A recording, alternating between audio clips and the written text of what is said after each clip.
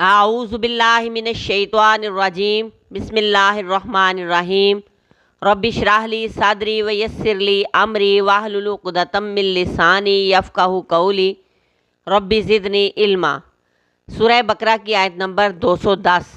حل نہیں ینظرون، وہ انتظار کر رہے، الا مگر ان یاتیہم اللہ، یہ کہ آ جائے ان کے پاس اللہ، فی ظلال سائبانوں میں، من الغمامی بادلوں کے، والملائکۃ اور فرشتے، وقضی الامر اور پورا کر دیا جائے کام، وإلی اللہ اور اللہ ہی کی طرف، ترجع الامور لٹائے جاتے ہیں سب کام۔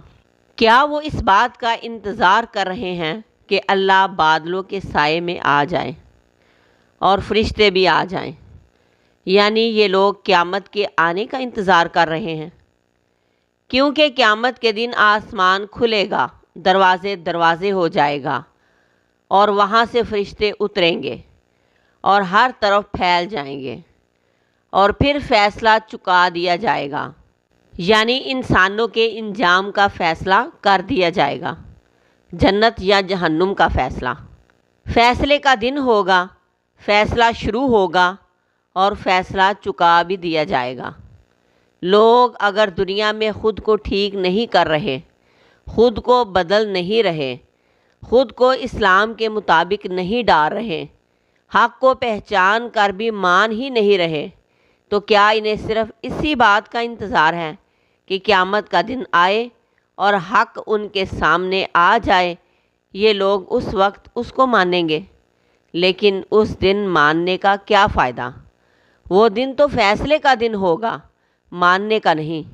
ماننے کا وقت تو آج ہے، لہٰذا اس دن کا انتظار نہ کرو، اس دن کے آنے سے پہلے ہی خود کو ٹھیک کر لو، سنبھل جاؤ، اور یہ بات یاد رکھو کہ اسی رب کی طرف لٹائے جاتے ہیں سب کام، چاہے وہ کام دین کے متعلق ہوں، دنیا کے متعلق ہوں یا آخرت کے متعلق ہوں، سب کچھ اسی رب کی طرف لوٹ کر جانا ہے۔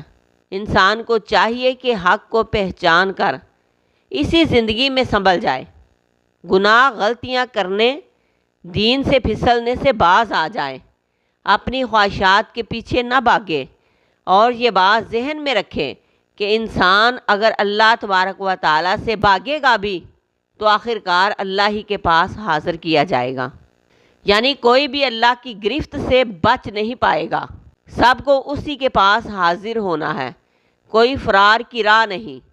ایک یہ کہ انسان کا نفس انسان کو اس بات پر اکساتا ہے کہ دین کا جو حصہ تمہیں میٹھا اور آسان لگے وہ کرتے رہو، نفس یہی کہتا ہے نا، آسانیاں ڈھونڈتا ہے، اور جو کڑوا اور مشکل ہو اسے چھوڑ دو، یعنی من مرضی کرنے پر اکساتا ہے۔ انسان کا نفس انسان کو اپنی من مرضی کرنے پر اکساتا ہے۔ دوسرا یہ کہ اللہ کے حکام میں مانوں گا، لیکن ابھی ذرا یہ کام کر لوں، اس کام سے فارغ ہو جاؤں، بچوں کی ذمہ داریوں سے فارغ ہو جاؤں، یعنی دنیا کے کاموں میں خود کو اتنا پھنسا لیتا ہے کہ کہتا ہے کہ ان کاموں سے فارغ ہو کر، بچوں کی شادیوں سے، دنیا کے کاموں سے فارغ ہو کر پھر دین کی طرف آؤں گا۔ یہ سب سے بڑا دھوکہ ہے، وہ وقت کبھی نہیں آتا۔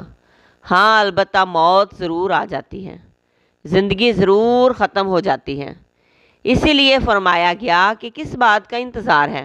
اب نہیں مانو گے تو کب مانو گے؟ موت کو دیکھ کر یا قیامت کو دیکھ کر پھر مانو گے؟ لیکن یہ یاد رکھو کہ اس وقت کا ماننا بیکار ہے، وہ تو فیصلے کا، رزلٹ کا اور نتیجے کا دن ہے۔ اس دن عمل نہیں، محنت نہیں، اس دن تو آپ کے اعمال کا نتیجہ ملے گا کہ فیل ہو کے پاس ہو، لہٰذا اس دن کے آنے سے پہلے محنت کر لو، خود کو بدل لو، حق قبول کر لو، اسی میں تمہاری نجات ہے۔